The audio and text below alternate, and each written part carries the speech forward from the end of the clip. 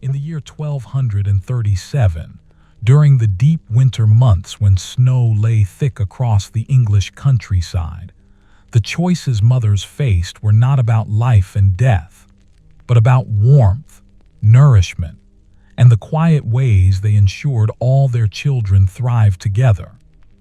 This is a story about Margaret, a mother of three in a prosperous wool merchant's household, and the gentle rhythms of winter care that filled her days with purpose and peace. Good evening. I am grateful you are here tonight. Tonight's story will carry us to a comfortable stone house in a thriving market town, where we will follow Margaret through her winter routines of tending, nurturing, and ensuring her children's well-being. Let yourself settle in, get comfortable, and know that there is nowhere else you need to be. This story will be here, unfolding slowly for as long as you need. Margaret, 34 years old, stood in the warm kitchen of her family's stone house, her work-reddened hands resting on the wooden table where 3 bowls waited to be filled. Her graying brown hair was tucked beneath a clean linen coif, and the firelight cast amber patterns across the flagstone floor. The scent of barley pottage filled the room, rich with the smell of turnips and herbs from the household garden. Outside, snow continued its slow descent, muffling the usual sounds of the market square that lay just beyond their door. The kitchen held a comfortable heat, radiating from the large hearth where the cooking pot hung on its iron hook. Margaret moved to the fire, feeling the warmth against her face as she stirred the thick pottage with a long wooden spoon.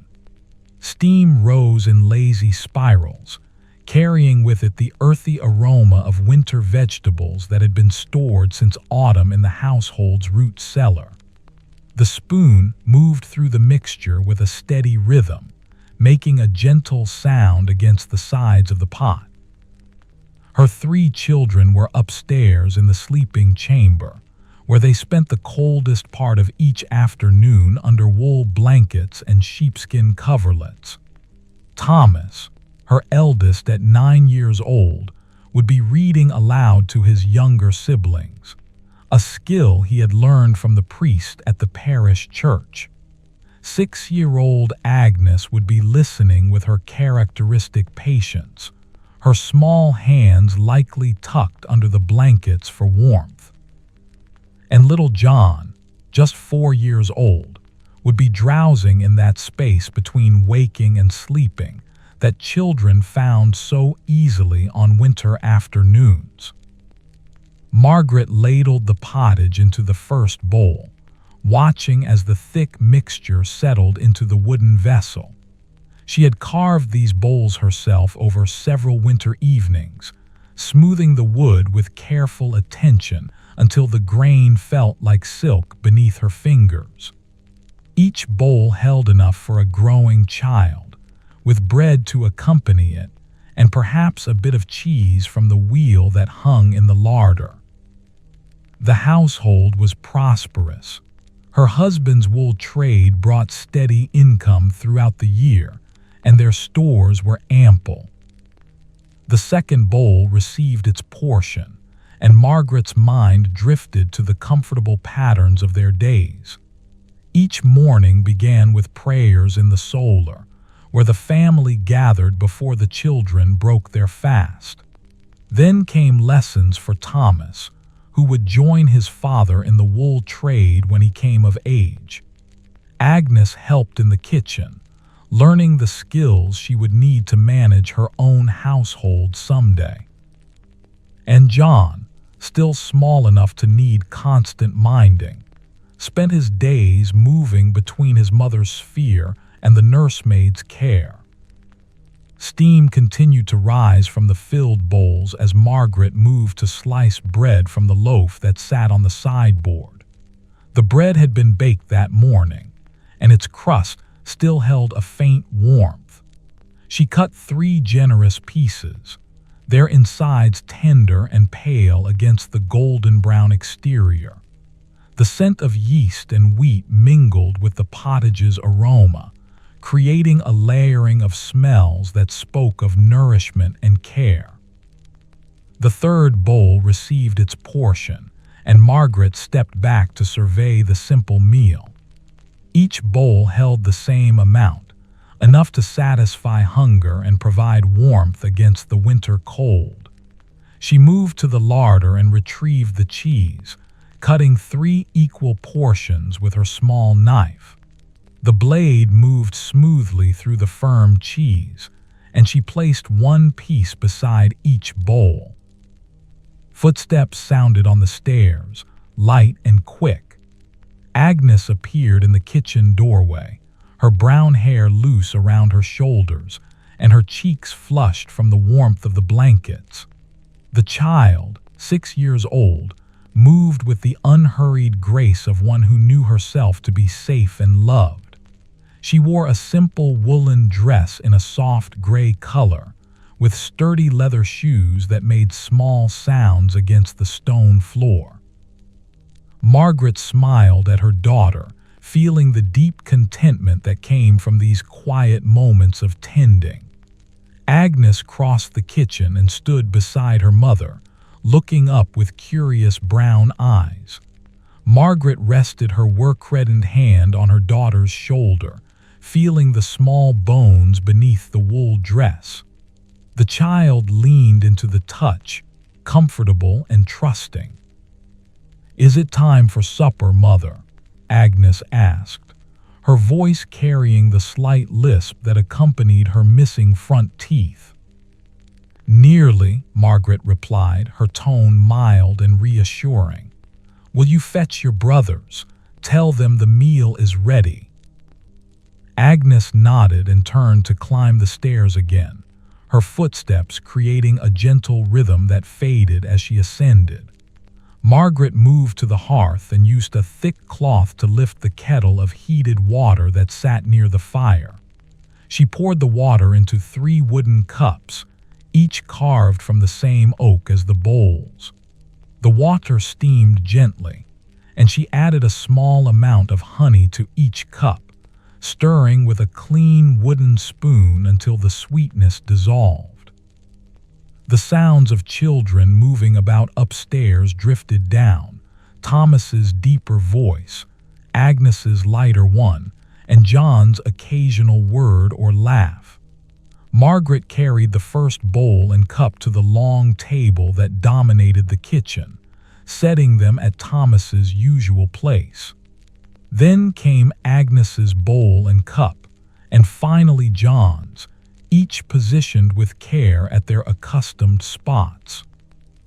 The children descended together, Thomas in the lead with John's hand clasped in his. Thomas, 9 years old, had their father's height and serious expression. He wore a tunic of good brown wool, belted at the waist, and his dark hair was cut in the simple style common to boys of the merchant class. John, small and sturdy at 4 years old, clung to his brother's hand with complete trust, his own tunic a smaller version of Thomas's. They took their places at the table without prompting, settling onto the wooden benches with the easy movements of children following familiar routines. Margaret stood at the head of the table and bowed her head. The children followed her example, and she spoke the simple blessing that marked their meals. Her voice was steady and calm, the Latin words flowing with the practiced ease of years of repetition. When the prayer concluded, the children picked up their wooden spoons and began to eat. Margaret moved to her own place at the table where her bowl and cup waited. She had filled her portion after the children, taking the same amount as theirs. There was no scarcity here, no need to measure or withhold. The household stores were sufficient, and she ate with the same unhurried rhythm as her children. The pottage was thick and warming, each spoonful carrying the flavors of barley and turnips, onions and herbs.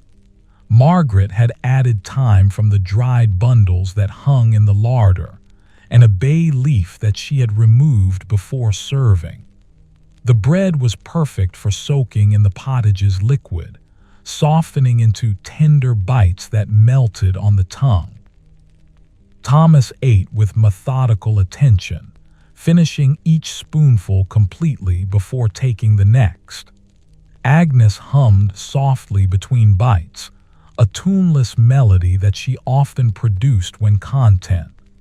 John required occasional reminders to use his spoon rather than his fingers, and Margaret provided these reminders with patient gentleness, demonstrating again how to hold the spoon properly. The fire crackled in the hearth, sending occasional sparks upward into the chimney. Outside, the afternoon was fading toward evening, and the snow continued its steady accumulation. But inside the kitchen, warmth and comfort prevailed. The stone walls held the heat, and the wool tapestries that hung on the walls provided additional insulation against the winter cold. When the bowls were empty, Margaret collected them and carried them to the large basin near the hearth. She would wash them later, after the children had settled for the evening. For now, she poured more honey water into their cups and brought out a small bowl of dried apple slices, a treat saved for winter evenings when fresh fruit was only a memory. The children took the apple slices with quiet pleasure, chewing slowly to savor the concentrated sweetness. Margaret watched them with that particular attention that mothers gave to their children's well-being, noting the healthy color in their cheeks, the brightness of their eyes, the easy way they moved and spoke. All three thrived under her care, growing steadily through the winter months just as they did through spring and summer. After the apple slices were consumed, Thomas began to tell a story he had heard from their father, something about a merchant's journey to a distant fair. Agnes listened with her characteristic patience, occasionally asking questions that Thomas answered with the self-importance of an older sibling sharing knowledge. John's attention wandered, his gaze following the play of firelight on the walls, but he remained peaceful and content. Margaret rose and moved to the hearth, where she began to bank the fire for the evening. She used the iron poker to arrange the logs, ensuring they would burn slowly through the night and provide continued warmth. The coals glowed deep red in the dimming light, and the heat radiated outward in steady waves. The kitchen grew quieter as evening deepened. Margaret lit a tallow candle and set it in the iron holder on the table, adding its small light to the fire's glow. The flame burned straight and steady, creating a pool of warm illumination that made the kitchen feel even more enclosed and safe. Thomas yawned, covering his mouth with his hand as Margaret had taught him. The gesture prompted similar yawns from Agnes and John, and Margaret smiled at the predictable pattern. She moved to the stairs and the children followed, their movements slower now as the day's activities and the warm meal began to draw them towards sleep. The sleeping chamber upstairs held 3 pallets arranged along one wall, each piled with wool blankets and stuffed mattresses that Margaret herself had sewn and filled with clean straw. A brazier in the corner provided additional warmth, its coals glowing softly in the darkness. Margaret had ensured earlier that each pallet held sufficient blankets, 3 for each child, with an extra sheepskin coverlet for John, who felt the cold more keenly than his siblings. The children climbed onto their respective pallets without prompting, burrowing into the blankets with the practiced efficiency of those who had performed this action countless times. Margaret moved from pallet to pallet, tucking the blankets more securely around each child, smoothing the wool coverlets, ensuring that no drafts would find their way beneath the layers. She knelt beside Thomas's pallet first, adjusting his blankets and resting her work-reddened hand briefly on his forehead. His skin was warm but not feverish, the comfortable warmth of health and good nourishment. She whispered a blessing over him, the same words she spoke each night, and Thomas murmured a response before closing his eyes.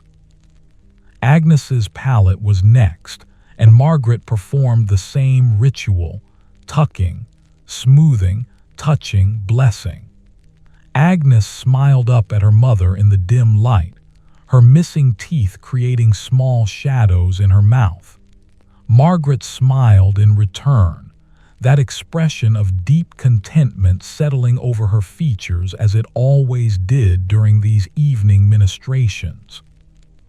At John's pallet, Margaret took extra care with the sheepskin coverlet, ensuring it lay flat and covered the child completely.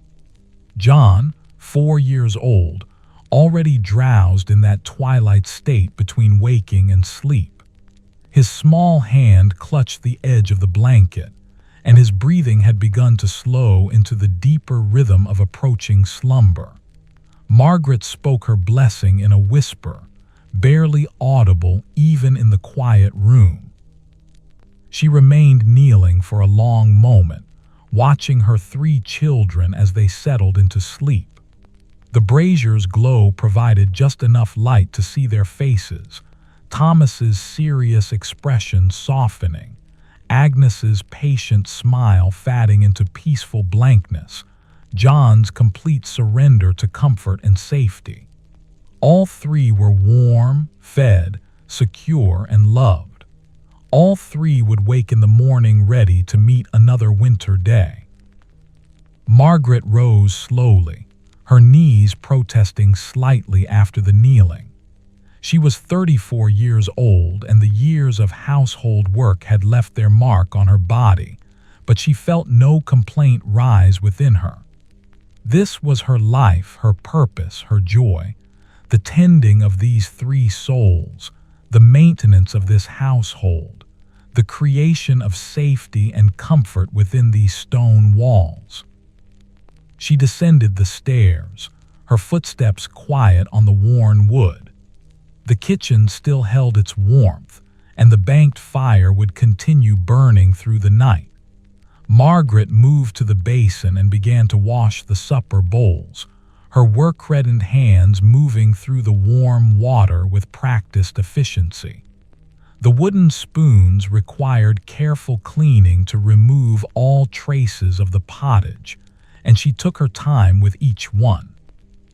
When the washing was complete, she dried each bowl and spoon with a clean linen cloth and returned them to their places on the shelf. The kitchen was now fully prepared for the morning, when the cycle would begin again. Fire building, water heating, breakfast preparing, children waking, prayers, and all the comfortable routines that marked their days. Margaret moved to the small window that looked out onto the market square. Snow continued to fall, illuminated by the moon that hung somewhere beyond the clouds. The square was empty and silent, blanketed in white that softened all the familiar shapes, the market cross, the well, the timber-framed buildings that housed other merchant families. The town slept under its winter covering, peaceful and secure. She turned from the window and began her own preparations for sleep. The solar, where she and her husband slept, lay beyond the kitchen. He was away on business, traveling to purchase raw wool from a manor estate 2 days' journey distant. He would return in another day or two, bringing news and perhaps small treats for the children. But his absence held no worry for Margaret. Such journeys were common and safe, and their household functioned smoothly whether he was present or away. In the solar, Margaret undressed slowly, folding each garment with care. The linen shift she wore for sleeping was clean and soft, worn smooth by many washings. She climbed into the bed, pulling the heavy wool blankets up to her chin. The mattress was stuffed with feathers rather than straw, a luxury afforded by the household's prosperity, and it yielded beneath her weight with comfortable familiarity. The darkness of the solar was complete, broken only by a thin line of light from the dying kitchen fire visible beneath the door. Margaret closed her eyes and let her mind drift through the day's activities. The pottage prepared, the children fed, the evening prayers, the tucking of blankets. Each task completed, each child tended, each need met. The deep contentment that was her emotional baseline spread through her chest, warming her from within as the blankets warmed her body from without. Her breathing slowed and deepened, matching the rhythm she had observed in John just an hour earlier. The house around her settled into its nighttime stillness, small creaks and sighs as the wood and stone adjusted to the evening's temperatures. Snow whispered against the window shutters, a sound so faint it barely registered. Margaret's work-reddened hands lay still atop the blankets, finally at rest after the day's labor. Sleep approached on gentle feet, bringing with it no dreams of scarcity or choice, no visions of impossible decisions. There was only this: the warm house, the fed children, the comfortable bed, the snow falling outside in its endless, peaceful descent. Margaret, 34 years old, with her graying brown hair and work-reddened hands, surrendered to sleep with the same patience and contentment that marked all her waking hours.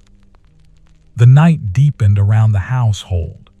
Upstairs, 3 children slept under their wool blankets, each one dreaming the formless dreams of childhood, each one warm and safe. In the kitchen, the fire burned low but steady, its coals glowing red in the darkness. And in the sun, Margaret slept the deep sleep of one whose work was complete, whose children were cared for, whose life unfolded in the gentle rhythms of peace and plenty. The snow continued to fall outside, adding to the layers that already blanketed the town. But inside the merchant's house, winter held no threat, only the quiet comfort of stone walls and wool blankets, nourishment and care, love expressed through the countless small actions of tending.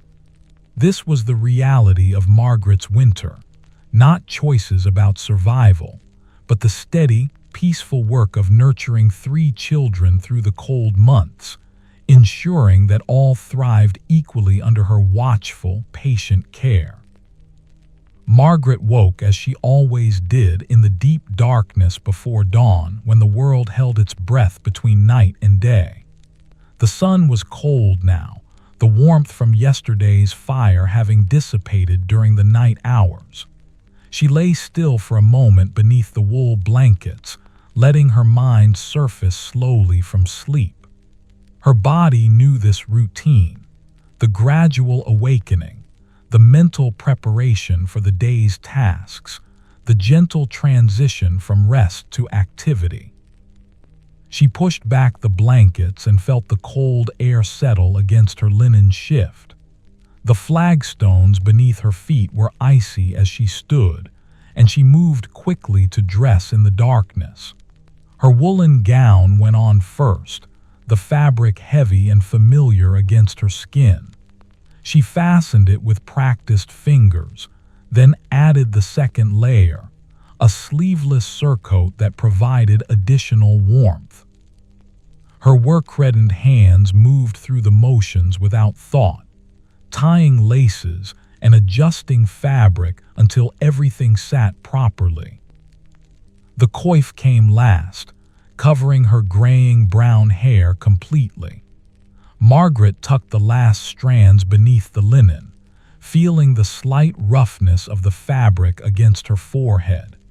She was 34 years old, and these morning preparations had become so familiar that she could complete them in complete darkness without error. She opened the solar door and stepped into the kitchen. The fire had burned down to a bed of gray ash with a few red coals still glowing at the center. Margaret moved to the hearth and knelt, feeling the residual warmth rising from the stones. She used the iron poker to stir the coals, exposing the red centers, then added small pieces of kindling from the basket beside the hearth. The kindling caught quickly, small flames licking upward and casting moving shadows across the kitchen walls. Margaret added larger pieces of wood, building the fire gradually until flames rose steadily, and heat began to radiate outward. She remained kneeling for a moment longer, holding her work-reddened hands toward the warmth and feeling the night's cold begin to leave her fingers. When the fire was burning well, she rose and moved to the water barrel near the door.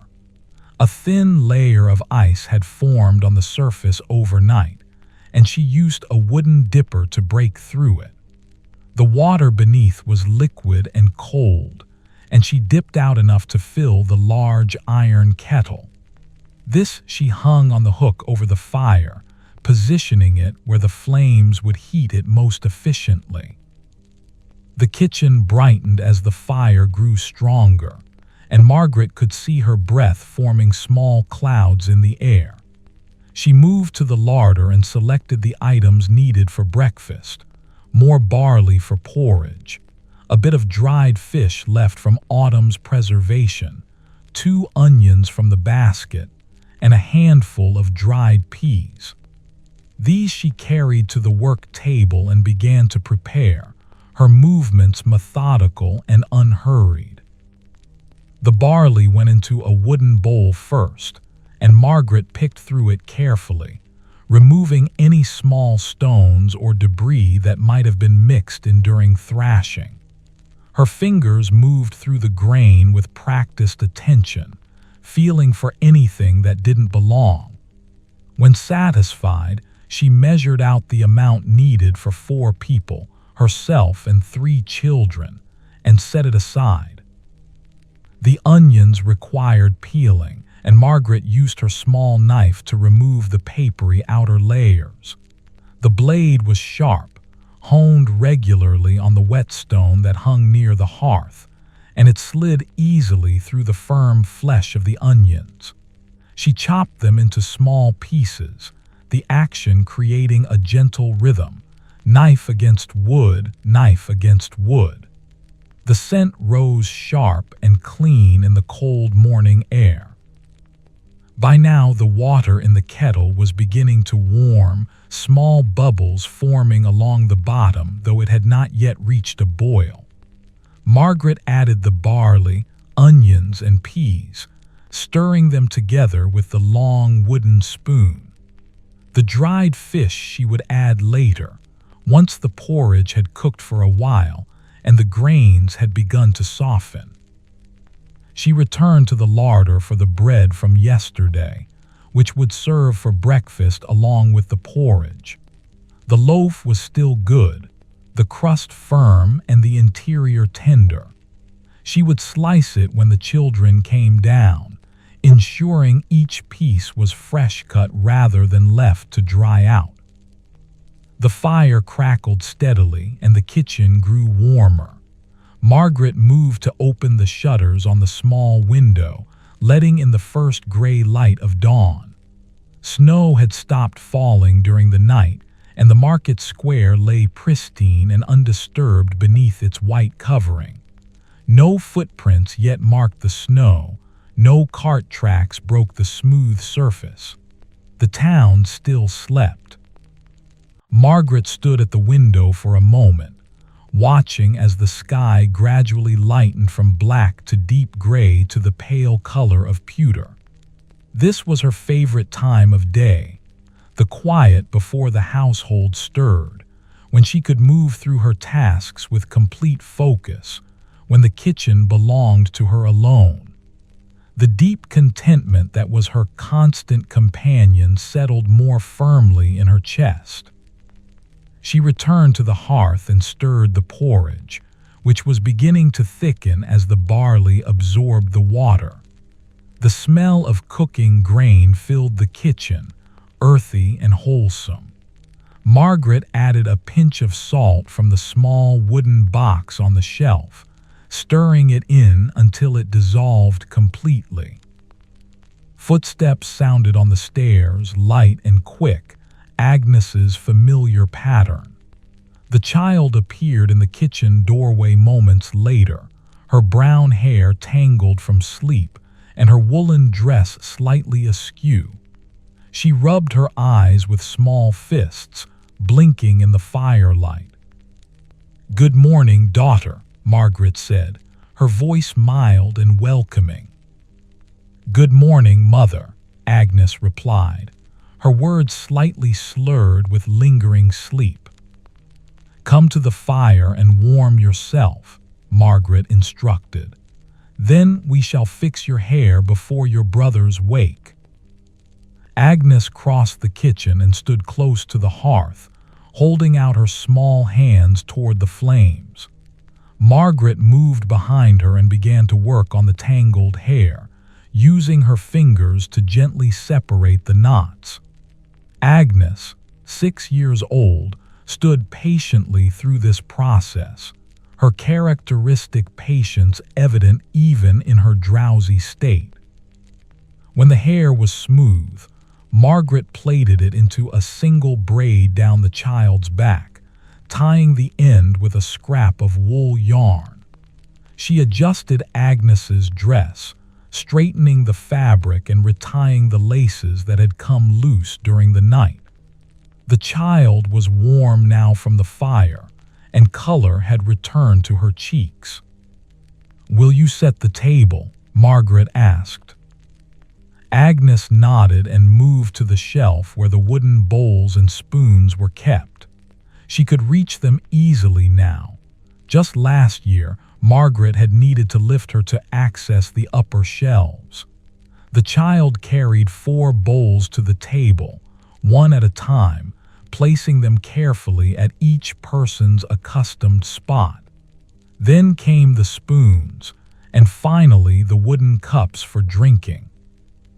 Thomas descended the stairs next, already dressed and composed despite the early hour. At 9 years old, he took pride in his increasing maturity, and he greeted his mother with the formal courtesy their father encouraged. Margaret smiled at him, acknowledging his effort, and directed him to bring more wood for the fire from the stack in the covered shed outside the kitchen door. Thomas wrapped himself in his cloak and stepped out into the cold morning. Margaret heard his footsteps crunching through the snow, then the sound of wood being gathered.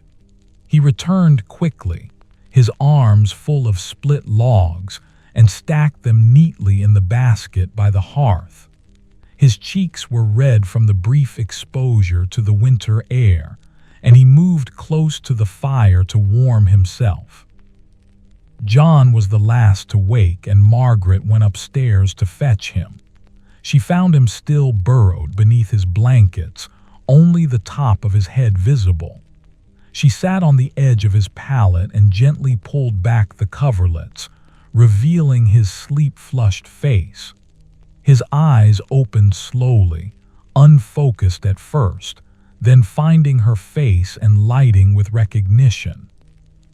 "Time to wake, little one," Margaret said softly, her work-reddened hand smoothing his tousled hair. John, 4 years old, sat up slowly, yawning widely. Margaret helped him dress, pulling his small tunic over his head and fastening the belt at his waist.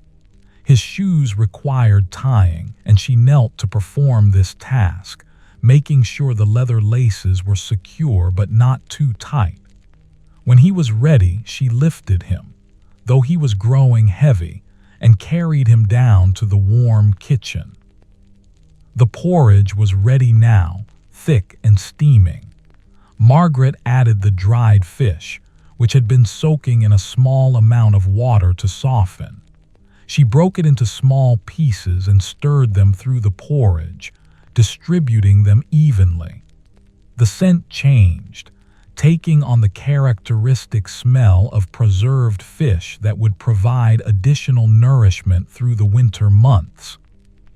She ladled the porridge into the 4 bowls, each portion generous and identical. The bread she sliced into thick pieces, 4 for each person, and placed them on the wooden trenchers beside each bowl. A small pot of honey sat on the table, a luxury the household could afford, and each child would be allowed a small spoonful to sweeten their porridge.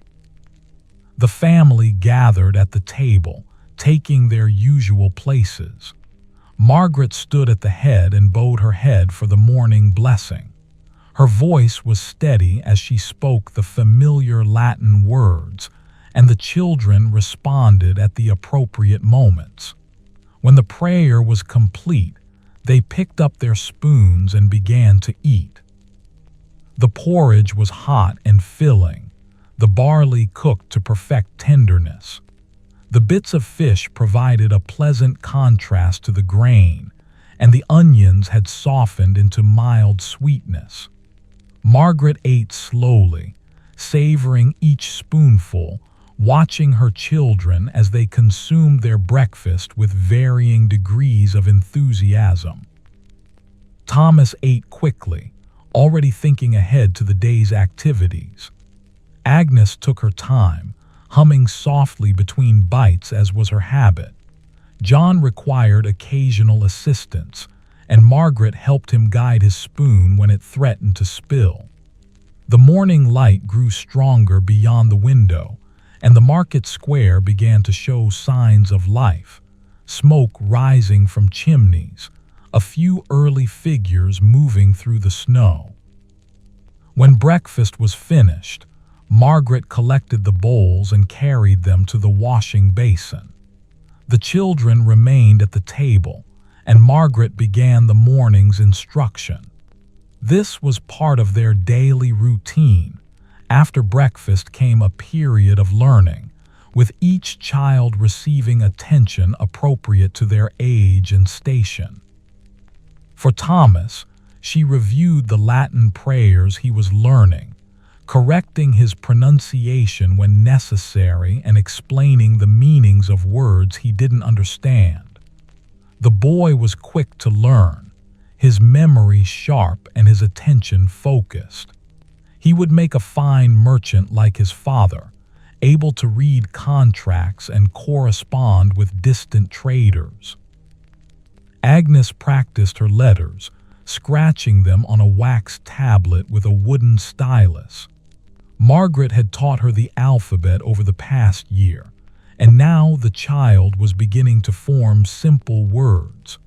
Her small hand gripped the stylus with determination, and she frowned in concentration as she worked to make each letter match the example Margaret provided. John, still too young for formal lessons, played quietly with a set of wooden blocks that Thomas had outgrown years earlier. He stacked them into towers and knocked them down, creating a gentle rhythm of building and collapsing that provided a pleasant background sound to the morning's work.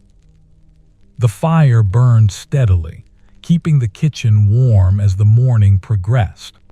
Margaret moved between her children, offering guidance to Thomas, encouragement to Agnes, and occasional assistance to John when his towers grew too ambitious and toppled before he intended.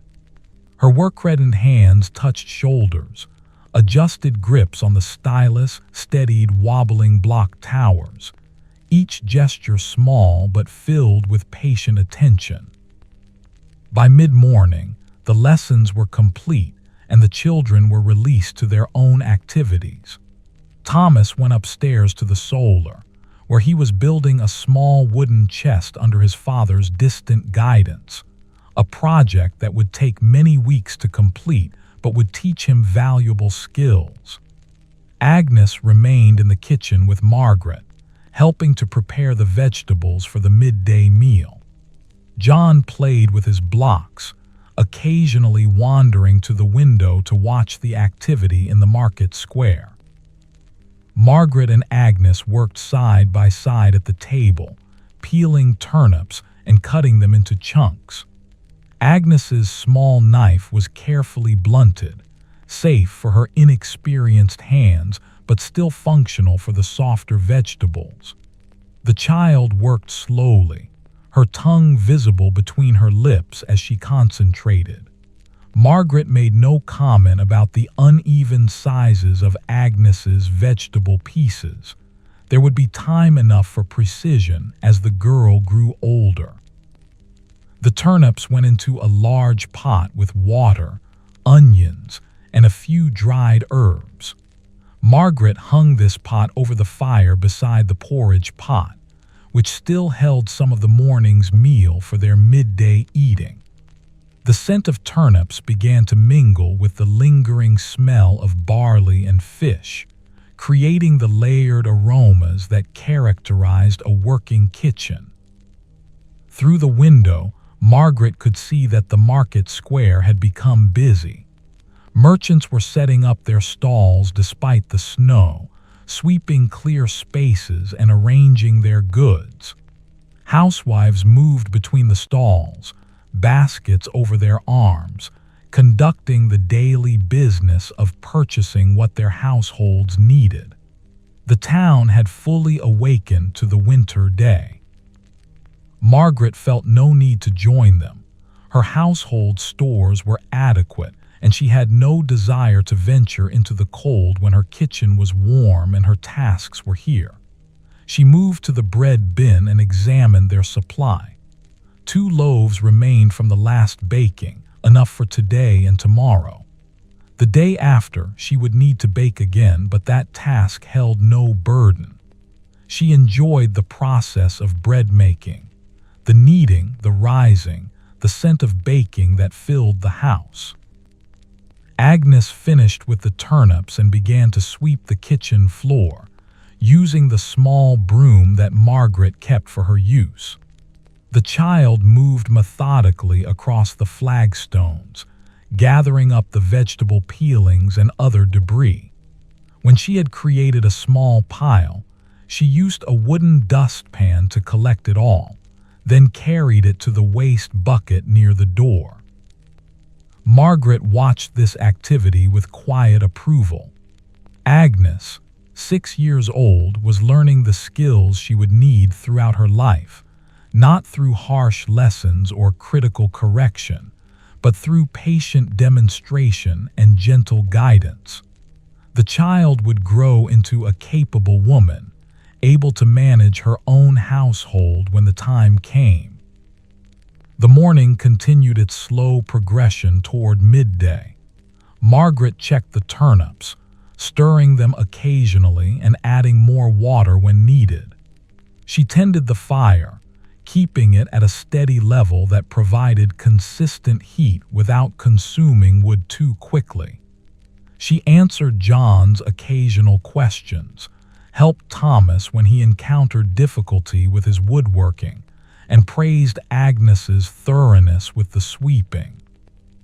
This was the rhythm of her days, tasks flowing one into another, children requiring attention in turns, the house maintained through countless small actions. There was no drama here, no crisis, no moment of terrible choice. There was only this: the steady work of keeping her family fed, warm, clothed, educated. The deep contentment that filled Margaret's chest came from exactly this: the knowledge that she performed her role well, that her children thrived, that her household functioned with peaceful efficiency. By the time the church bells rang for sext, the midday prayer, the turnips were tender and ready to eat. Margaret ladled them into bowls, added pieces of bread, and called the children to the table. They came willingly, hungry from the morning's activities. Thomas's hands were dusty with sawdust, and Margaret sent him to wash at the basin before sitting down. The family ate together, the turnips flavored with herbs and the slight sweetness that came from long cooking. Margaret had added a small amount of the dried fish to this meal as well, ensuring adequate nourishment. The children ate well, their healthy appetites evidence of their thriving state. After the meal, Margaret suggested quiet rest. The winter afternoon was the coldest part of the day, and it was better to spend these hours inside, warm and still, conserving energy for the evening's activities. Thomas returned to his woodworking upstairs, but at a slower pace. Agnes settled by the fire with her wax tablet, practicing her letters in a dreamy, unfocused way. John climbed onto his mother's lap and rested his head against her chest, drowsing in the warmth and comfort. Margaret sat in the chair near the hearth, John's small weight heavy against her, and let her own mind drift into the peaceful blankness that came with deep rest. Her work-reddened hands held the child securely, and her breathing slowed to match his. The fire crackled softly. Agnes scratched at her tablet occasionally. From upstairs came the faint sounds of Thomas's careful sawing. The afternoon light, already weak, began its slow fade toward evening. Margaret watched the shadows change on the kitchen walls, lengthening and deepening as the day progressed. There was nowhere she needed to be, nothing urgent requiring her attention.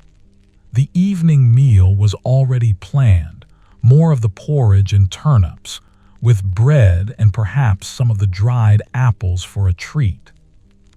John slept fully now, his breathing deep and even. Margaret continued to hold him, reluctant to disturb his rest. Agnes had abandoned her tablet and was simply gazing into the fire, her young face peaceful and dreamy. The child's missing front teeth gave her a vulnerable appearance that touched Margaret's heart with familiar tenderness. Eventually, Margaret shifted, gently moving John so she could rise without waking him. She laid him carefully on the bench near the hearth, tucking her own cloak around him for warmth. He stirred but didn't wake, simply burrowing deeper into the wool fabric. Margaret smoothed his hair once, her work-reddened hand gentle against his forehead, then turned to begin preparations for the evening meal. The routine continued, predictable and comforting. Margaret moved through her tasks with the unhurried grace born of long practice. Agnes helped when asked, silent now but attentive. Thomas came down from upstairs as the light failed completely, his project set aside until tomorrow. The three older members of the household moved around John's sleeping form, their voices low, their movements careful not to disturb him. Margaret lit the tallow candles, placing them where their light would be most useful. She stirred the porridge pot, which had remained over the low fire and needed only reheating. The turnips she set aside. They would serve as part of tomorrow's breakfast. Instead, she sliced the dried apples, arranging them on a wooden plate. The slices were dark and wrinkled, but they still held their sweetness. When everything was ready, Margaret woke John gently. The child opened his eyes slowly, taking a moment to orient himself. She helped him sit up, adjusting his tunic and smoothing his hair.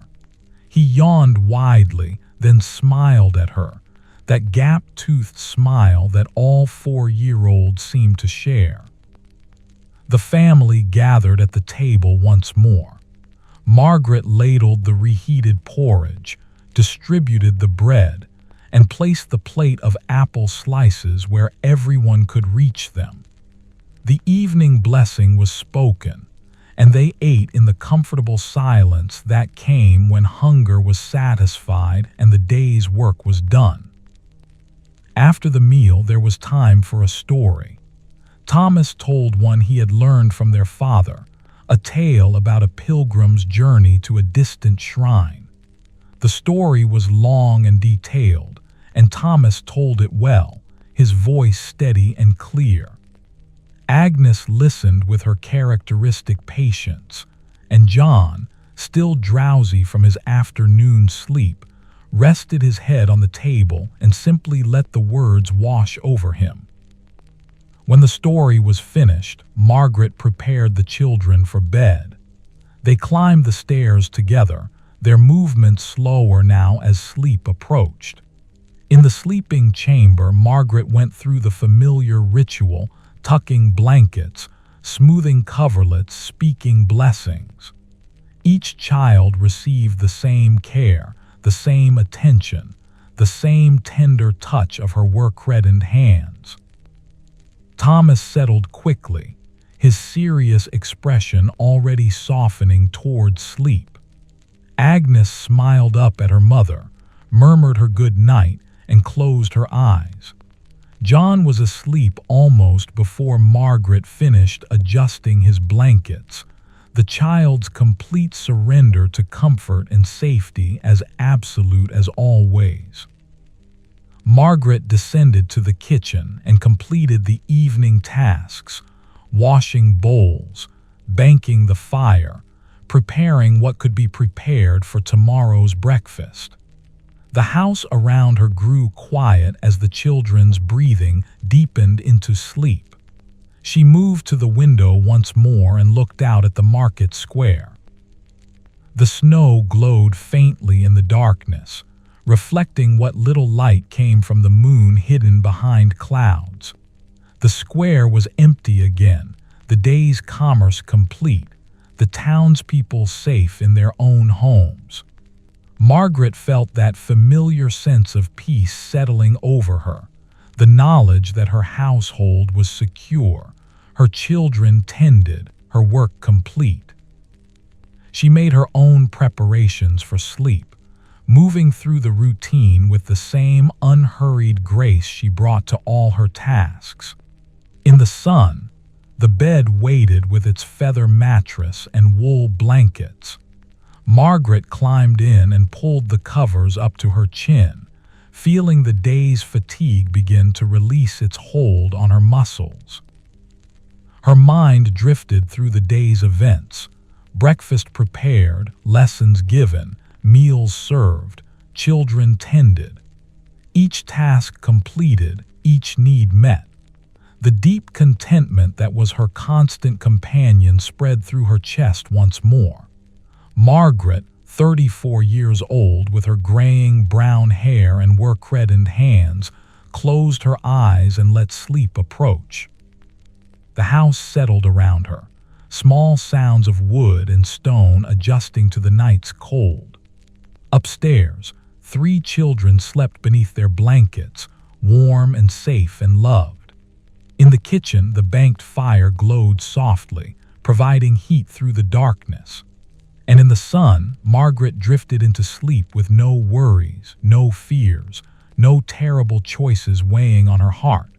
Only the peaceful certainty that tomorrow would bring another day of caring for her children, all 3 thriving equally under her patient, loving attention.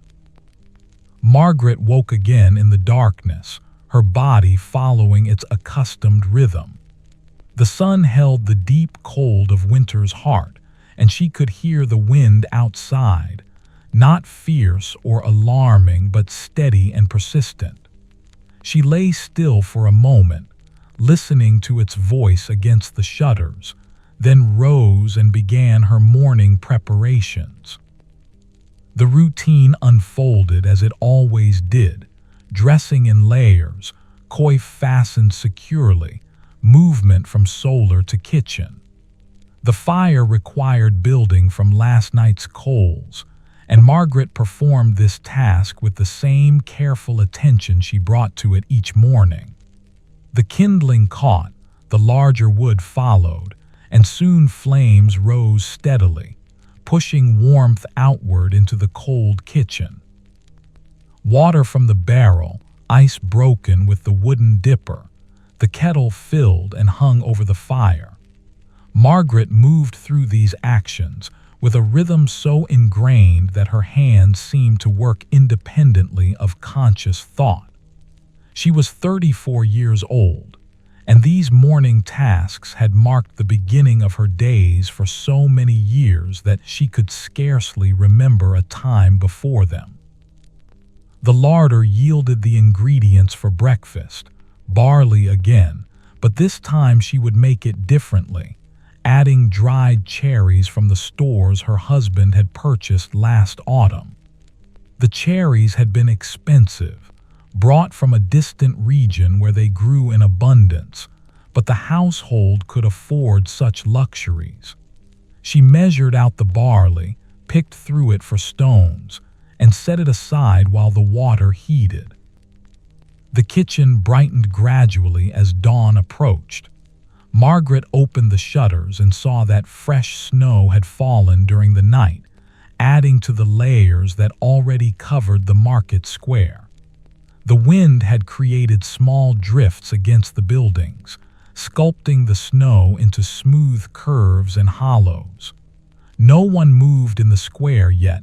It was too early, the air too cold. She returned to her work, adding the barley to the now hot water, stirring it with the long wooden spoon. The dried cherries went in next, their dark color spreading through the pale porridge like drops of wine. Margaret added a pinch of cinnamon from the small wooden box on the shelf, another expensive spice, but one that would make the breakfast special. The scent rose immediately, sweet and warm, mingling with the smell of cooking grain. Agnes appeared in the kitchen doorway as the porridge thickened. The child, 6 years old, was becoming more reliable about waking early, and Margaret felt quiet pride in this development. Agnes moved to the fire without being prompted, holding out her small hands to the warmth, and Margaret began the process of smoothing her tangled hair. The child's hair was fine and soft, prone to knotting during sleep. Margaret worked through it patiently, her work-reddened hands gentle as they separated the strands. When the tangles were gone, she plaited it again into a single braid, tying the end with the same scrap of wool yarn she had used yesterday. Agnes stood still through this process, her characteristic patience evident in her relaxed posture. "Will you set the table, daughter?" Margaret asked when the hair was complete. Agnes nodded and moved to fetch the bowls and spoons. She had grown tall enough in recent months that reaching the shelf required only slight stretching rather than the jumping and straining of last year. Margaret watched as the child carefully carried each bowl to the table, placing them with deliberate precision at each person's spot. Thomas descended shortly after, already dressed and composed. He brought wood from the shed without being asked, his arms full of split logs that he stacked neatly in the basket by the hearth. The cold had brought high color to his cheeks, and he stood close to the fire, rubbing his hands together to restore warmth to his fingers. Margaret went upstairs to fetch John. She found him awake but still cocooned in his blankets, only his eyes visible above the wool coverlets. He watched her approach with that solemn expression that 4-year-old children sometimes wore upon waking, as if they were assessing whether to commit fully to the day. "Good morning, little one," Margaret said softly, sitting on the edge of his pallet. John didn't respond immediately, but his eyes tracked her face. Margaret pulled back the blankets gently and helped him sit up. His small body was warm from sleep, and he leaned against her as she helped him dress. The tunic went over his head, the belt fastened at his waist, the shoes tied securely. When he was ready, she lifted him and carried him down to the kitchen. The porridge was ready, fragrant with cinnamon and sweet with the cherries that had plumped in the hot liquid. Margaret ladled it into the 4 bowls, each portion identical in size. She sliced bread from yesterday's loaf and placed the pieces on the trenchers. The honey pot went onto the table, though the porridge was already sweet enough that it might not be needed. The family gathered and Margaret spoke the morning blessing. Her voice carried the same steady tone as always, and the children responded at the appropriate moments. When the prayer was complete, they began to eat. The porridge was different from yesterday's, the cherries providing bursts of concentrated sweetness against the mild grain. The cinnamon gave warmth beyond mere temperature, a subtle spice that enhanced without overwhelming. Thomas ate with his usual methodical attention. Agnes hummed between bites, her pleasure in the special breakfast evident. John ate slowly, occasionally pausing to examine a cherry before consuming it. Margaret ate her own portion with quiet satisfaction. The deep contentment that was her emotional baseline filled her chest as she watched her children enjoying the meal. All 3 were healthy, well-fed, growing steadily. The winter had been kind so far. No illness had touched the household. No misfortune had disrupted their peaceful routines. When breakfast was finished, Margaret collected the bowls and began the washing. The children remained at the table for the morning's instruction.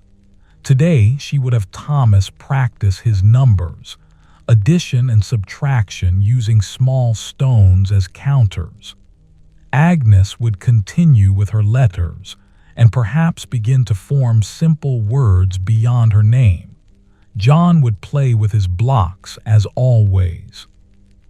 But before the lessons could begin, there came a knock at the kitchen door, firm but not urgent, the sound of someone seeking entry. Margaret dried her hands on her apron and moved to open the door. Standing on the threshold was Beatrice, the baker's wife from 3 houses down the lane. The woman, 40 years old with a round face and steady gray eyes, held a covered basket over one arm. "Good morning, Margaret," Beatrice said, her breath forming clouds in the cold air. "I hope I'm not disturbing your household's routine." "Not at all," Margaret replied, stepping aside to allow the woman entry. "Please come in out of the cold." Beatrice entered and moved immediately toward the fire, setting her basket on the table. She wore a heavy wool cloak over her dress, and her cheeks were red from the brief walk through the winter morning. Margaret closed the door against the cold and turned to face her visitor. "I've brought fresh rolls," Beatrice said, lifting the cloth that covered her basket.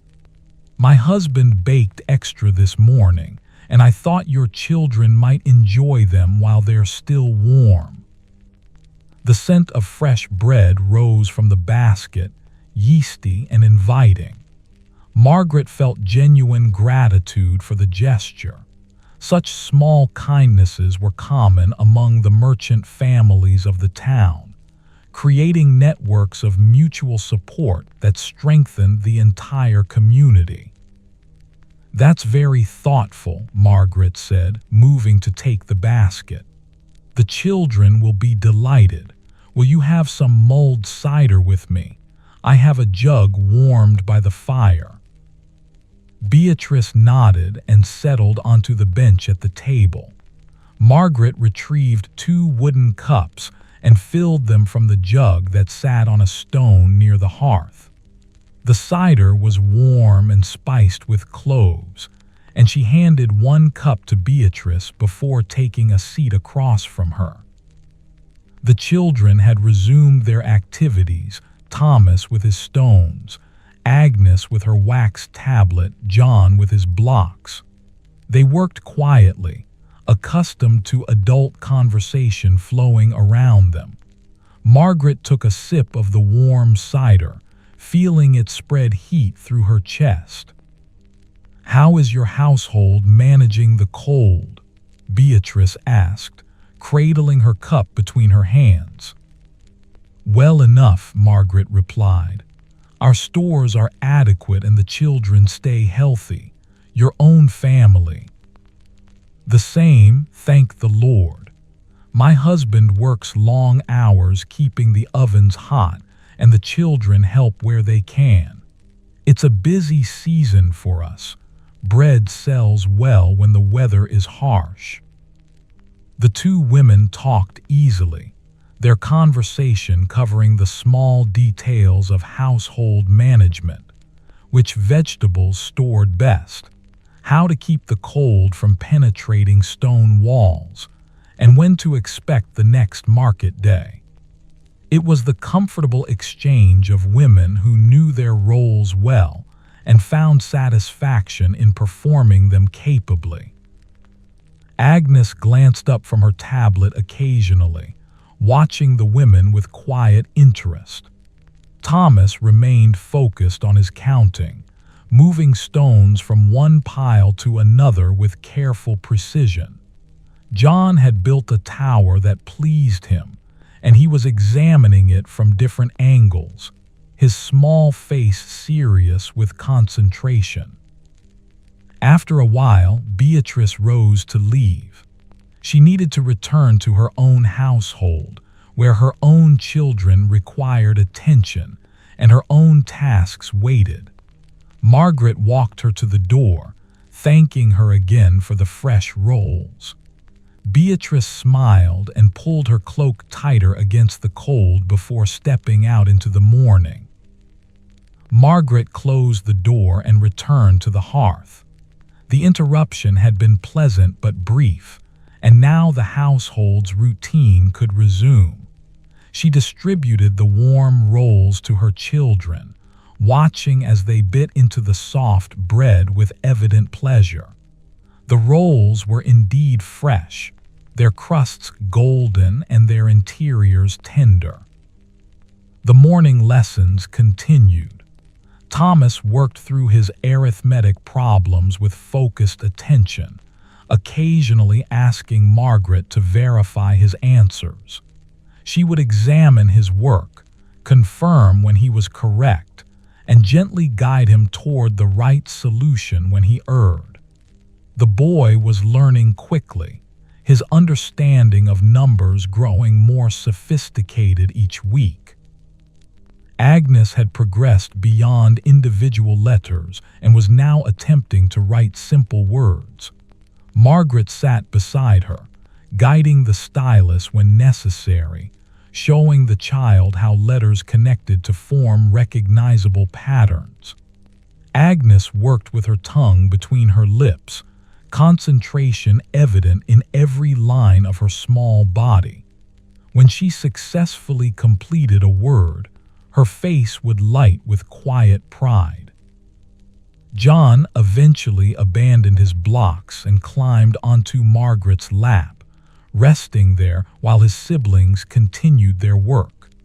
Margaret held him with one arm while continuing to help Agnes with the other. The child's weight was familiar and comfortable, and she adjusted her position to accommodate him without interrupting the lesson. By mid-morning, the lessons were complete and the children were released to their own pursuits. Thomas went upstairs to continue work on his wooden chest. Agnes asked if she might help with the day's bread making, and Margaret agreed. The child was old enough now to begin learning this essential skill, and there was no better teacher than patient demonstration. Margaret brought out the bread bowl, a large wooden vessel worn smooth by years of use. Into this, she measured flour from the sack in the larder, creating a small mountain of pale grain.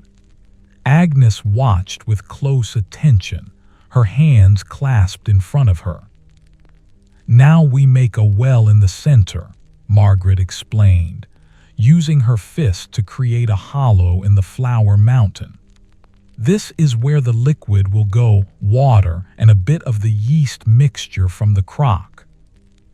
Agnes nodded, absorbing each instruction. Margaret retrieved the yeast crock from its warm spot near the hearth and spooned some of the bubbling mixture into a small bowl. She added warm water from the kettle, stirring until the yeast dissolved completely. This liquid she poured slowly into the well in the flour, using one hand to begin incorporating the flour while the other continued pouring. "See how I bring the flour in gradually from the sides," Margaret said, demonstrating the motion. "This keeps the mixture from becoming lumpy." Agnes watched intently, occasionally asking questions that Margaret answered with patient detail. When the liquid was fully incorporated and a rough dough had formed, Margaret turned it out onto the floured work surface. She began to knead, pressing the heel of her work-reddened hand into the dough, folding it over, turning it, and repeating the motion. "Would you like to try?" Margaret asked after a few minutes. Agnes nodded eagerly and stepped forward. Margaret guided the child's small hands, showing her the proper motion: push, fold, turn, repeat. The dough was resistant at first, but gradually it became smoother and more elastic. Agnes's small hands struggled with the task, but she persevered with her characteristic patience. Margaret took over again when Agnes's arms grew tired, continuing the kneading until the dough reached the proper consistency: smooth, slightly tacky, with a give that suggested it would rise well. She shaped it into a ball and placed it back in the bowl, covering it with a clean linen cloth. "Now it must rest by the fire and grow," Margaret explained, setting the bowl in a warm spot near the hearth. "The yeast will make it rise, filling it with tiny bubbles. In a few hours, we'll punch it down and shape it into loaves." Agnes looked at the covered bowl with an expression of wonder, as if the transformation that would occur was a kind of magic. Margaret smiled at her daughter's innocent fascination, remembering when she herself had first learned these skills from her own mother, years ago in another household. The morning continued its slow progression toward midday. Margaret prepared vegetables for the main meal: more turnips, some carrots from the root cellar, an onion. These would be cooked with a bit of salted pork from the barrel in the larder, creating a stew rich enough to sustain them through the afternoon. John had fallen asleep on the bench near the hearth, worn out from the morning's activities. Margaret covered him with her cloak, tucking it around his small form. The child's face was peaceful in sleep, his breathing deep and even. She watched him for a moment, her work-reddened hand resting lightly on his shoulder before returning to her work. Agnes helped with the vegetables, using her blunted knife to cut the softer ones into chunks. The child worked slowly and carefully, making sure each piece was roughly similar in size. Margaret made no comment about the occasional oddly shaped piece.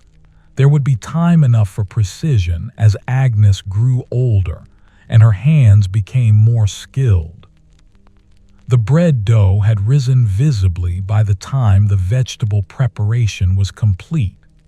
Margaret uncovered the bowl and showed Agnes how to punch down the risen dough, releasing the gas that had accumulated. The dough deflated with a satisfying whoosh, and Agnes giggled, a rare sound, quickly muffled but genuine in its delight.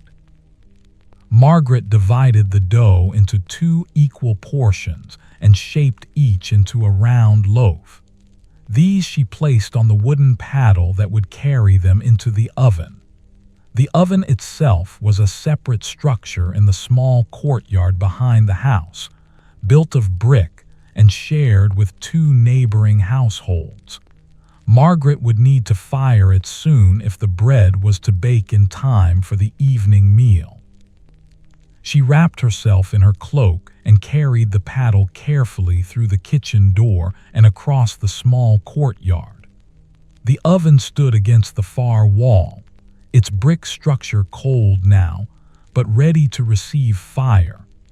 Margaret set the paddle aside and began to build a fire inside the oven, using kindling and small pieces of wood that had been stored in a covered bin nearby.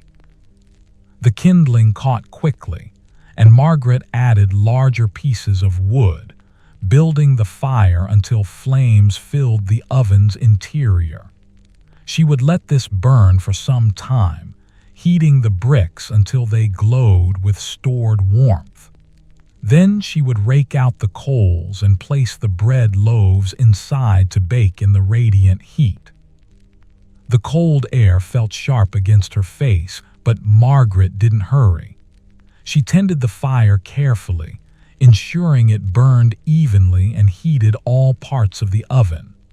Steam rose from her breath, mingling with the smoke that drifted upward from the oven's opening. Around her, the courtyard lay quiet and snow-covered, a small enclosed space that belonged to her household and its immediate neighbors. When the fire had burned down to coals and the brick walls radiated intense heat, Margaret used the iron rake to pull the coals forward and out onto the stone platform in front of the oven. She swept the oven floor clean with a dampened broom, removing any remaining ash. Then she took the paddle with its 2 loaves and slid them carefully into the oven, placing them on the hot bricks where they would bake evenly. The oven door closed, sealing in the heat. Margaret returned to the kitchen, bringing the paddle and rake with her. The entire process had taken perhaps half an hour, and now the bread would bake unattended for another hour or so while she completed other tasks. In the kitchen, John still slept peacefully. Agnes had returned to her wax tablet and was practicing her letters again, working through them in order from memory. Thomas could be heard upstairs, the faint sounds of sawing and planning indicating that his project continued. Margaret checked the stew that simmered in its pot over the fire, stirring it and adding a bit more water. The church bells rang for sext, marking midday. Margaret moved to wake John gently, knowing that if he slept too long now, he would be wakeful tonight when he should be sleeping. The child woke slowly, blinking in the firelight, then smiled when he recognized his mother's face. She helped him sit up and offered him a cup of water, which he drank thirstily. The family gathered for the midday meal, stew ladled into bowls, the last of yesterday's bread to accompany it. Thomas said the blessing this time, his young voice steady as he recited the Latin words. They ate together, the stew providing warmth and nourishment against the winter cold. After the meal, Margaret suggested quiet activities. The afternoon was cold, and it was better to remain inside, conserving energy and staying warm. Thomas returned to his woodworking, but at a slower pace. Agnes settled by the fire with a small piece of mending, a torn hem on one of her own dresses that Margaret had been planning to repair. The child's stitches were large and uneven, but she worked with focused attention. John climbed onto Margaret's lap again, and she held him while she worked on her own mending, a tunic of Thomas's that needed the hem let down, as the boy was growing rapidly. Her needle moved through the fabric with practiced efficiency, creating small, even stitches that would hold the new hem securely. The afternoon light, already weak, began its fade toward evening. Margaret set aside her mending and went to check the bread. She wrapped her cloak around herself and crossed the courtyard to the oven. Opening the door released a wave of warmth and the incomparable scent of baking bread, yeasty, slightly sweet, perfectly toasted. The loaves had risen beautifully and browned to a deep golden color. Margaret used the paddle to slide them out of the oven, bringing them back to the kitchen where she set them on the work table to cool. The crusts crackled softly as they contracted in the cooler air, and the scent filled the entire room. Agnes came to stand beside the cooling loaves, gazing at them with evident pride. She had helped make these, and the accomplishment showed clearly on her face. Margaret rested her work-reddened hand on the child's shoulder, sharing in that quiet satisfaction. The evening routine unfolded as it always did. Fire tended, meal prepared, children fed. The fresh bread was sliced while still warm, and the children ate it with butter and honey, the simple sweetness a perfect ending to the day. After supper came the evening story. Tonight Agnes asked to hear about a saint whose feast day had recently passed, and Margaret told the tale from memory, emphasizing the saint's patience and kindness rather than any dramatic suffering. When the story was complete, the children climbed the stairs to their sleeping chamber. Margaret followed, performing the familiar ritual of tucking and blessing. Each child received the same care, the same attention, the same gentle touch.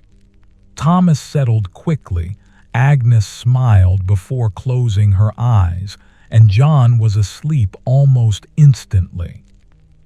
Margaret descended to complete the evening tasks, moving through them with the unhurried grace that marked all her actions. The kitchen was prepared for tomorrow, the fire banked, the bowls washed and stacked. She stood at the window and looked out at the market square, now dark and quiet under its covering of snow. In the solar, she made her preparations for sleep, the routine so familiar that it required no conscious thought.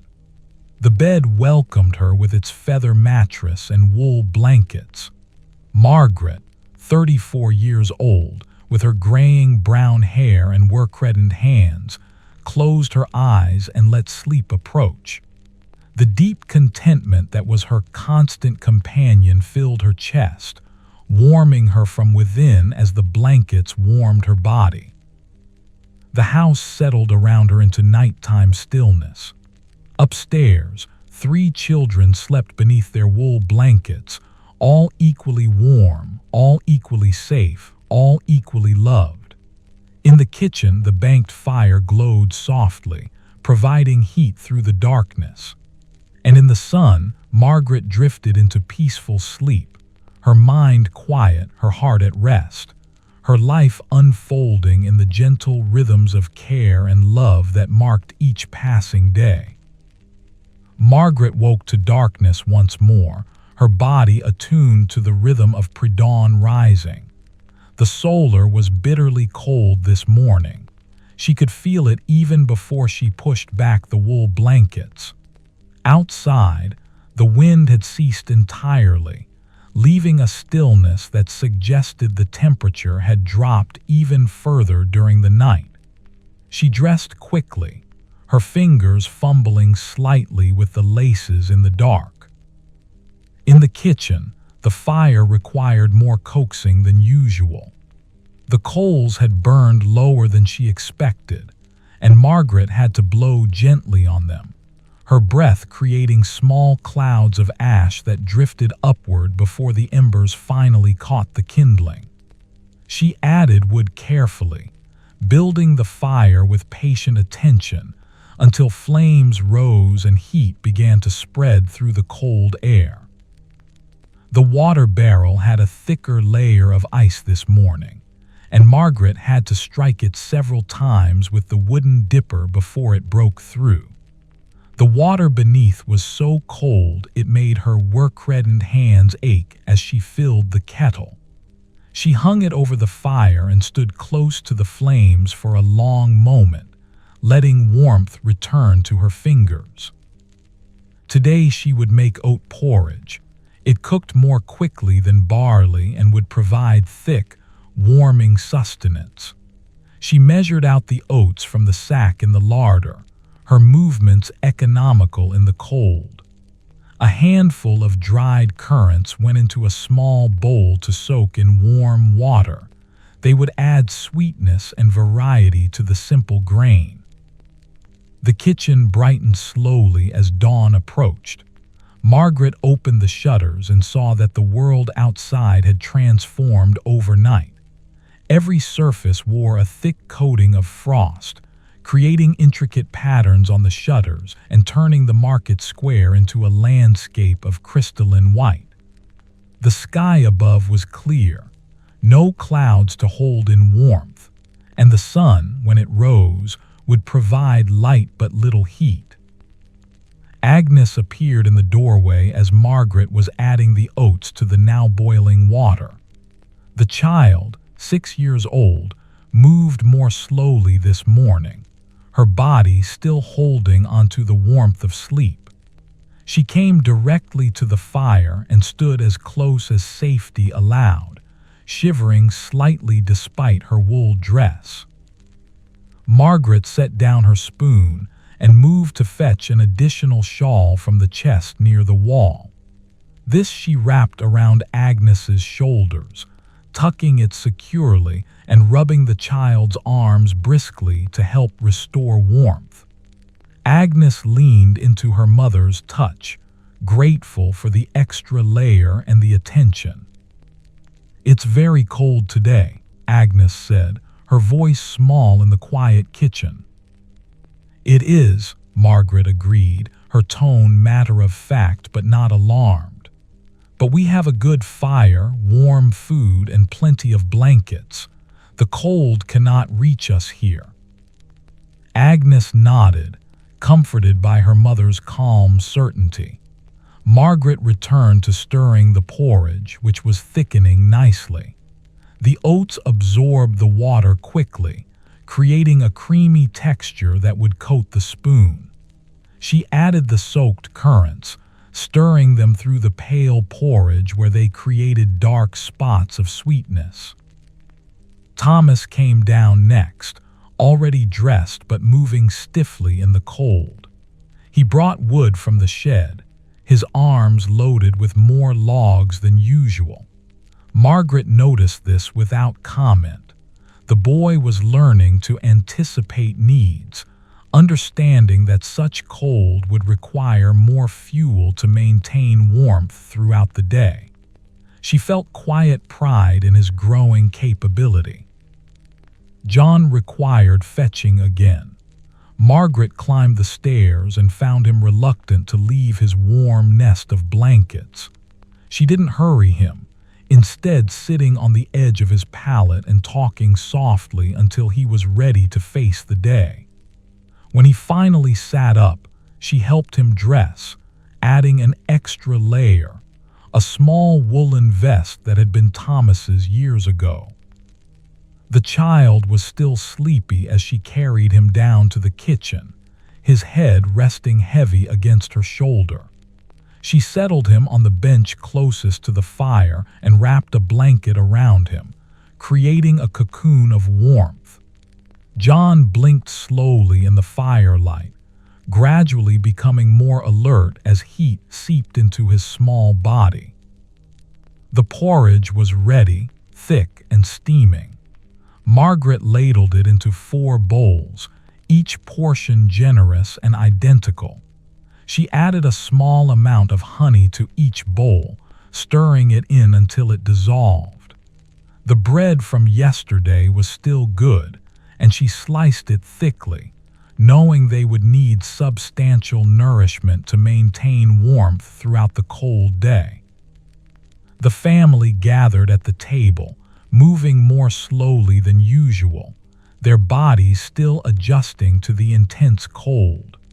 Margaret spoke the morning blessing, her breath forming small clouds as she pronounced the Latin words. The children responded, their voices subdued but steady. The porridge was perfect for such a morning, hot, thick, filling. The oats provided lasting warmth, and the currants offered bursts of concentrated sweetness. Margaret ate slowly, savoring the heat that spread through her chest with each spoonful. She watched her children eating, nodding that all 3 were warm enough now, their initial stiffness from the cold fading as they consumed the hot food. Thomas finished first and asked permission to check the fire in the sleeping chamber. Margaret nodded, pleased that he thought of this without prompting. The brazier upstairs would need tending if the children were to sleep comfortably tonight. Thomas climbed the stairs with purpose, carrying a small bucket of coals from the kitchen fire. After breakfast, the morning lessons began.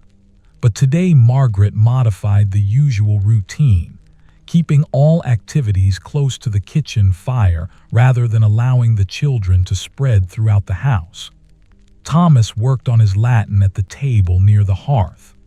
Agnes practiced her letters on the wax tablet, her small fingers stiff at first, but gradually becoming more nimble as warmth returned.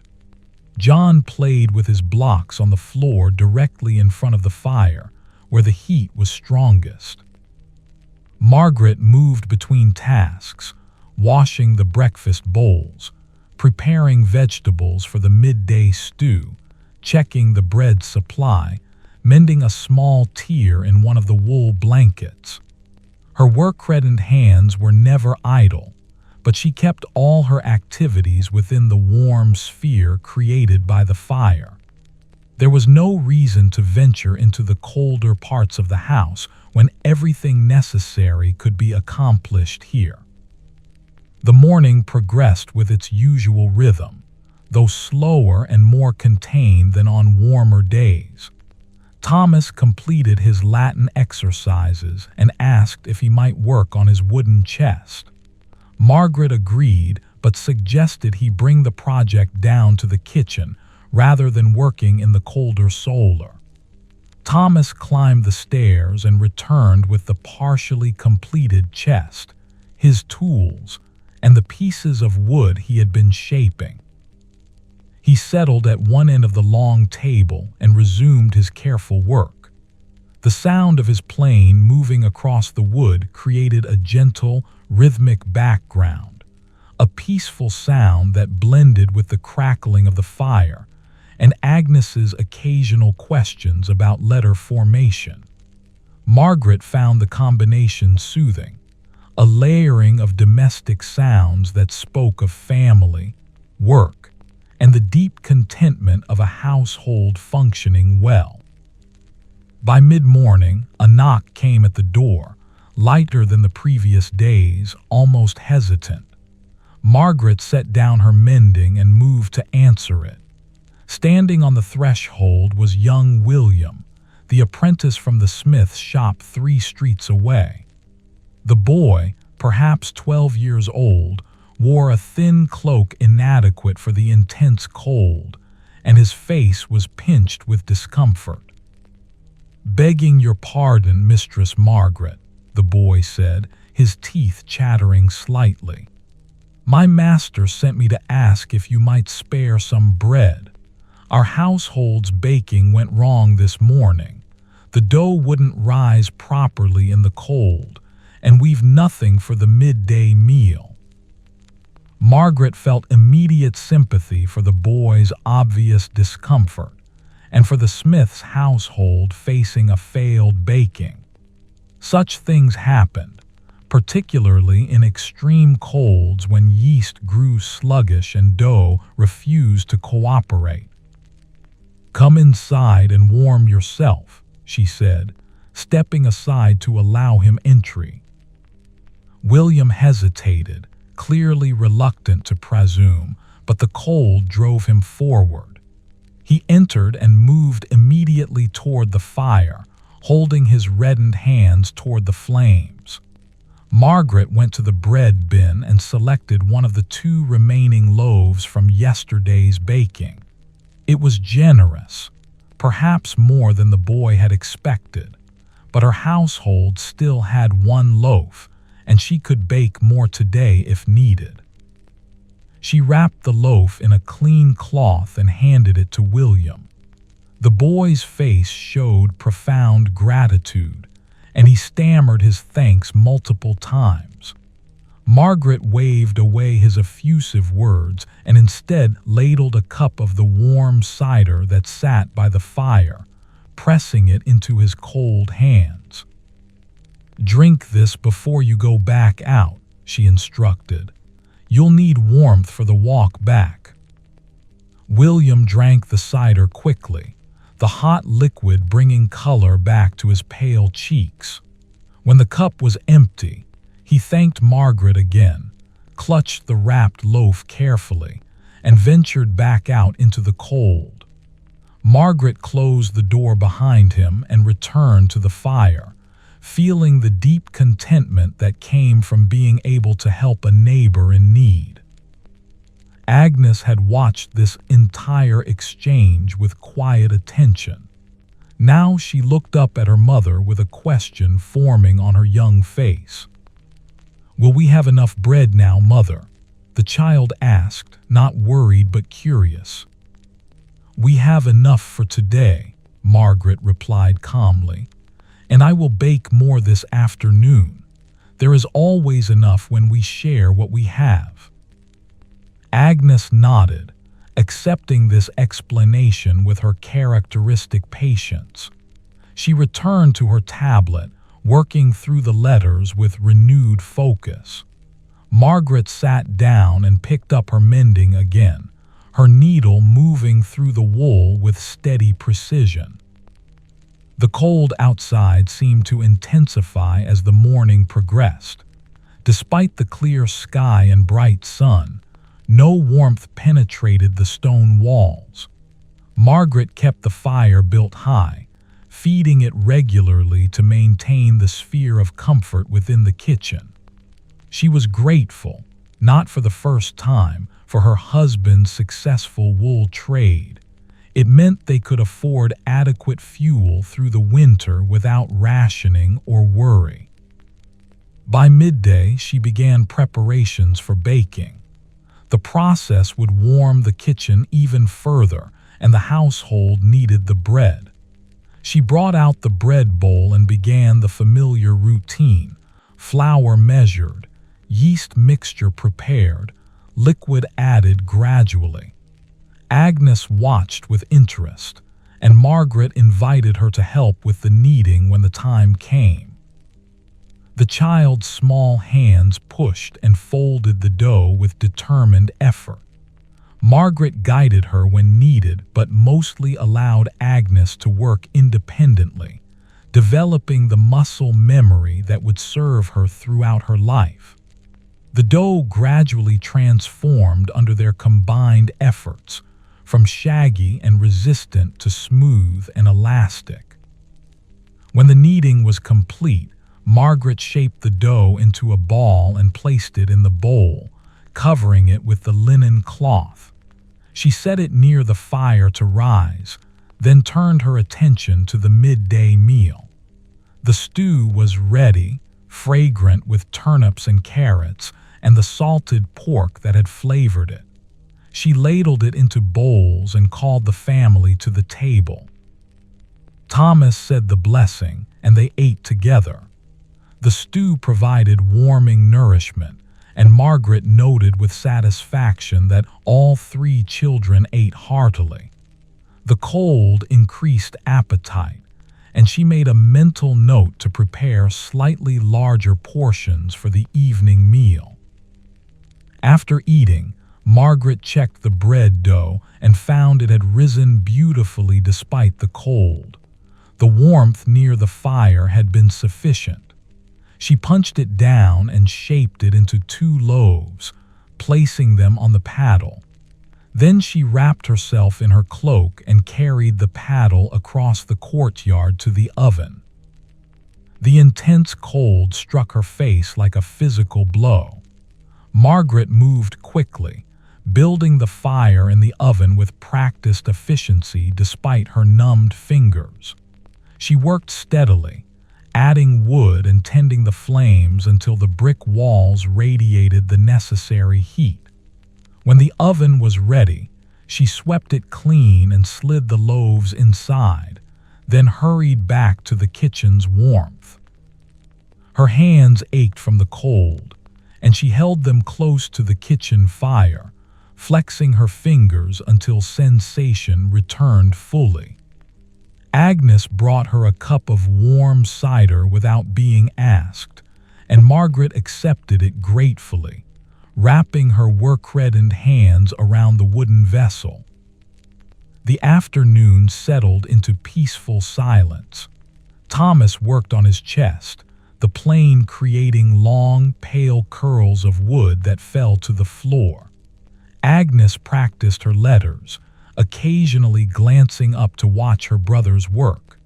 John had fallen asleep again on the bench, wrapped in blankets and thoroughly warm. Margaret returned to her mending, her needle moving steadily through fabric. When sufficient time had passed, she braved the cold once more to retrieve the baked loaves. They had browned perfectly, their crusts crackling as she brought them into the kitchen. The scent filled the room, that incomparable smell of fresh bread that spoke of home and sustenance and care. Margaret set the loaves on the work table to cool, then returned to the fire to restore warmth to her chilled body. The deep contentment that was her emotional baseline spread through her chest as she looked around the warm kitchen. 3 children safe and occupied, fresh bread cooling, adequate stores in the larder, sufficient fuel for the fire. The intense cold outside could not touch them here. They were secure.